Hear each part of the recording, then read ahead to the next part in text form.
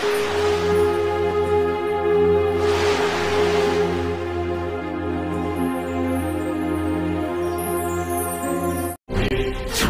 हेब हिंदू राष्ट्र, ओडिशार ही आरंभ हेब हिंदू राष्ट्र प्रक्रिया।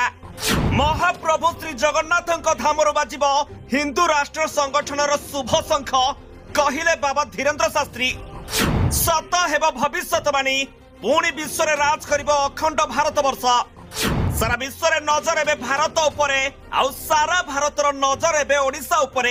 हिंदू राष्ट्र का बिगुल उड़ीसा से ही बज सकता है और हमको हर हाल में उड़ीसा के प्रत्येक हिंदू का साथ चाहिए। यही कहना चाहते हैं, तुम मेरा साथ दो, हम मिलकर तुम्हें हिंदू राष्ट्र देंगे। भारत जदि हिंदू राष्ट्र न हो पारिला तेबे मोदी देशर प्रधानमंत्री थाई लाभ कौन बोली सोशल मीडिया रे अनेक दिन धरी चर्चा चलछि। नमस्कार भाई भूणी माने, प्रभु जीशु कृष्ण को नाम और आपण को समस्त को स्वागत करे। प्रिय प्रभु को लोक माने सही वीडियो क्लिप आपण माने देखिले। आज प्रकार ओडिसा रे पुणी आउ हिंदू राष्ट्र आरंभ होबो, आ पुनर्बार हिंदू हेबे। आ जे प्रकार कहा जाय अछि ओडिशा लोक माने जे प्रकार बंची पारिबे, ए प्रकार से काईश्वर बाबा गुडी को कहउछंती। आपण माने से वीडियो क्लिप को देखि अछंती। आ जे प्रकार एही प्रकार से घोषणा करूछि, आ से प्रकार अनेक काईश्वर बाबा गुडी को माने ए प्रकार घोषणा करूछंती। प्रधानमंत्री को भी से माने उल्टा जवाब देइछंती। प्रधानमंत्री भी कहउछंती से माने प्रधानमंत्री ताय लाभ कोन, आ ए प्रकार कोन प्रधानमंत्री किछि बुझु नाहंती कि प्रभुଙ୍କ लोक माने अनेक शत्रु शैतान आउ पुनर्बार आसु अछि। आपण माने जागृत सचेतन रुहंतु। आ जे प्रकार प्रधानमंत्री को मध्य जे प्रकार ग्रास करने को जाऊँगी, ए प्रकार वीडियो क्लिप आपण माने देखिले। ए प्रकार काईश्वर बाबा गुड़िक ए प्रकार कथा कहउछंती। प्रधानमंत्री को मध्य प्रकार गाली करूछंती। प्रधानमंत्री को मध्य रही लाभ कौन कहउछंती। प्रभुଙ୍କ लोक माने आमे कोन एही देश रे ताई कि आमे प्रधानमंत्री को ए प्रकार कहि परिबा। प्रभुଙ୍କ लोक माने कोन ए प्रकार समस्या आपण माने देखि पारिले। प्रभुଙ୍କ लोक माने एही घटना आपण माने देखि पारिले। ओडिसा रे जे प्रकार स्टार्ट होबो, आ जे प्रकार एमिति स्टार्ट होबो जे आ समस्त को हिंदू करिवे, आ समस्त को हिंदू राष्ट्र हेबे। प्रभुଙ୍କ लोक माने आ कुहा जाय छै संविधान रे तो लिखित अछि, आ समस्त जो को धर्म को भी विश्वास करि पारंती एही इंडियन रे प्रकार लिखित अछि। प्रभुଙ୍କ लोक माने आपण माने जागृत सचेतन रुहंतु। आ नचते एमिति अनेक बुताणिया लोक माने आसिक आपण मान को हरण करि पकाइबे। आ से प्रकार आ पीएम नरेंद्र मोदी को मध्य से उल्टा जवाब देउछि। एमिति आ प्रधानमंत्री तिबा लाभ कोन कहउछि। आपण माने सेही वीडियो क्लिप को आपण माने देखिले। आ से लोक मान को काहे कि कारागार होउनी, से माने तो अनेक प्रधानमंत्री को भी प्रयास करूछंती।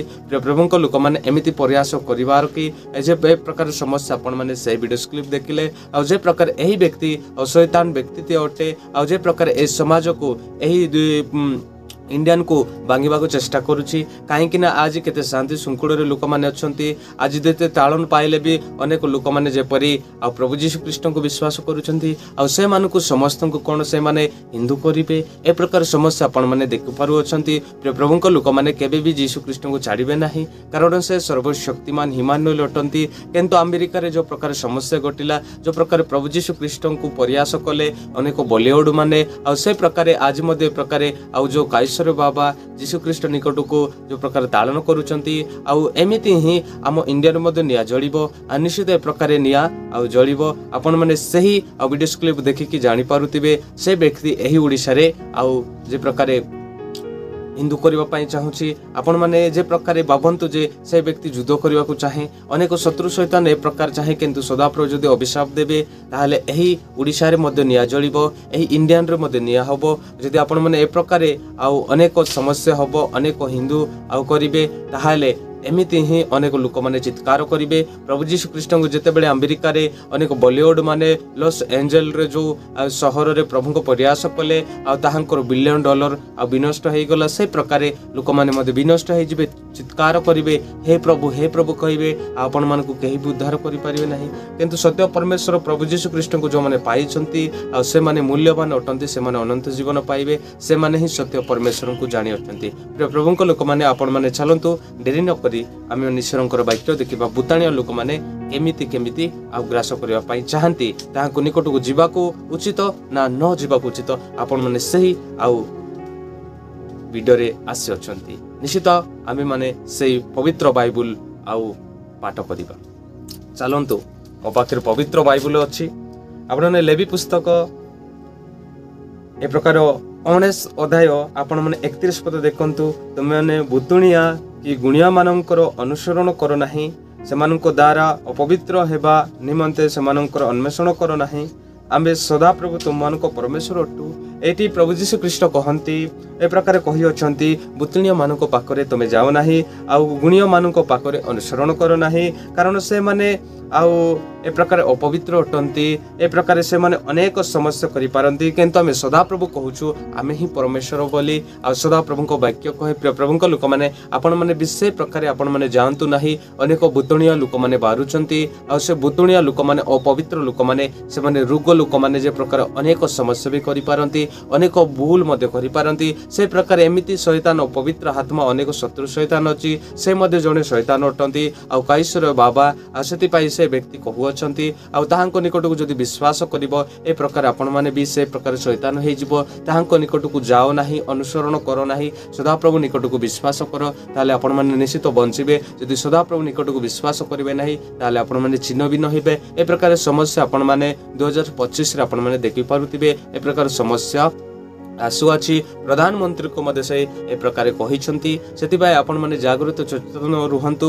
ଆଉ ଯେ ପ୍ରକାର ଦେଶକୁ ନିଆଁ ଲଗାଇବା ପାଇଁ ଆଜି ଅନେକ ଲୋକ ଚାହୁଁଛନ୍ତି, ଅନେକ ପ୍ରକାର ବୁତୁଣିଆ ଲୋକମାନେ ଅନେକ କାର୍ଯ୍ୟ କରିକି, ଅନେକ ମୂର୍ତ୍ତି ଗୁଡ଼ାକୁ ପ୍ରଣାମ କରିକି ଆଉ ସେ ଲୋକମାନେ ଗ୍ରାସ କରିବା ପାଇଁ ଚାହାନ୍ତି। ସେଥିପାଇଁ ଆପଣମାନେ ଜାଗୃତ ସଚେତନ ଯଦି ଅଛନ୍ତି ତାହେଲେ ଆପଣମାନେ ବି ବଞ୍ଚିବେ। ପ୍ରଭୁ ଯୀଶୁ ଖ୍ରୀଷ୍ଟଙ୍କ ନିକଟକୁ ବିଶ୍ୱାସ କରିବେ। ଏମିତି ବୁତୁଣିଆ ଲୋକମାନଙ୍କୁ କେବେ ବିଶ୍ୱାସ କରନ୍ତୁ ନାହିଁ, ତାହାଙ୍କ ନିକଟକୁ ଅନୁସରଣ କର ନାହିଁ ବୋଲି ସଦାପ୍ରଭୁ କହନ୍ତି। ଯଦି ମାନେ ତାହାଙ୍କ ସହିତ ଅନୁସରଣ କରିବ ତାହାଙ୍କ ପରି ହିଁ ହବ, ଆଉ ତାହାଙ୍କର କଥା ଧରିବ, ସେ ଅପବିତ୍ର ହବ, ଆପଣମାନେ ବି ରୋଗ ହବ, ଅନେକ ଲୋକମାନଙ୍କୁ ଗ୍ରାସ କରିପାରିବ, ଅନେକ ଏ ପ୍ରକାରେ ଆଉ ଏ ପ୍ରକାର ଦଣ୍ଡ ଆପଣମାନେ ଭୋଗିବେ ଯେ ଏ ପ୍ରକାର ସଦାପ୍ରଭୁ ଆପଣଙ୍କୁ ଅଭିଶାପ ଦେବେ। ଏ ପ୍ରକାର ସମସ୍ୟା ମଧ୍ୟ ଆସିଅଛି। ଆପଣମାନେ ଯେ ପ୍ରକାର ସଦାପ୍ରଭୁଙ୍କ ପ୍ରୟାସ କର ନାହିଁ, ଯୀଶୁ ଖ୍ରୀଷ୍ଟଙ୍କୁ ଛୋଟ ବୋଲି ମନେ କର ନାହିଁ। ଆଉ ଯେହେତୁ ଏ ପ୍ରକାର ସମସ୍ୟା ଆପଣମାନେ ଓଡ଼ିଶାରେ ଦେଖିପାରୁଥିବେ, ଏ ପ୍ରକାର ସମସ୍ୟା ଆସୁଅଛି ଯେ ସମସ୍ତେ ହିନ୍ଦୁ କରାଯିବେ, ଆଉ ସେଇ ଜଗନ୍ନାଥକୁ ସମସ୍ତେ ପୂଜା କରିବେ ବୋଲି ଏ ପ୍ରକାର କୁହାଯାଇଅଛି।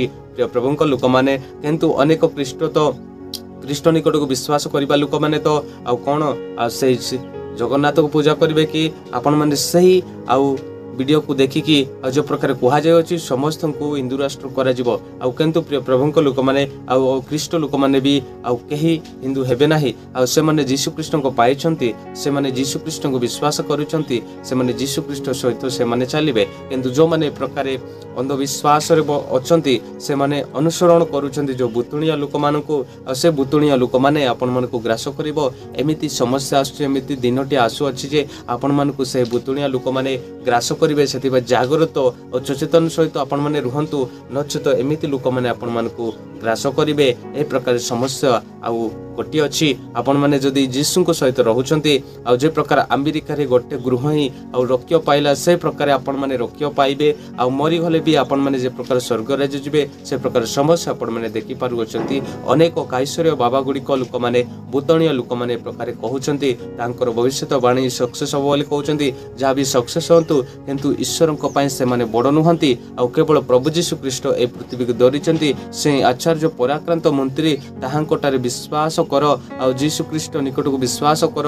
ସେଇ ବାବା ଗୁଡ଼ିକ ବୁତୁଣିଆ ମାନଙ୍କୁ ବିଶ୍ୱାସ କର ନାହିଁ। ପ୍ରଭୁଙ୍କ ଲୋକମାନେ ଯେଉଁମାନେ ବୁତୁଣିଆ ଲୋକମାନଙ୍କୁ ବିଶ୍ୱାସ କରନ୍ତି, ସେ ମଧ୍ୟ ଅପବିତ୍ର ହୁଅନ୍ତି, ଆଉ ସେ ମଧ୍ୟ ରୋଗ ହୁଅନ୍ତି, ସେ ମଧ୍ୟ ଅନେକ ଅବୁଦ୍ଧ ହୁଅନ୍ତି। ସେଥିପାଇଁ ଆପଣମାନେ ସେମାନଙ୍କୁ ବିଶ୍ୱାସ ନ କରି ପ୍ରଭୁ ଯୀଶୁ ଖ୍ରୀଷ୍ଟଙ୍କ ନିକଟକୁ ଚାଲନ୍ତୁ। ସଦାପ୍ରଭୁ ନିଶ୍ଚିତ ଆପଣମାନଙ୍କୁ ଉଦ୍ଧାର କରିବେ, ରକ୍ଷା କରିବେ। ଆପଣମାନଙ୍କୁ ବହୁମୂଲ୍ୟରେ ପରମେଶ୍ୱର ଆପଣଙ୍କୁ ପରିତ୍ରାଣ ଦେବେ। ପ୍ରଭୁଙ୍କ ଲୋକମାନେ ଏହି ଭିଡ଼ିଓକୁ ସେୟାର କରନ୍ତୁ। ସମସ୍ତଙ୍କୁ ନମସ୍କାର।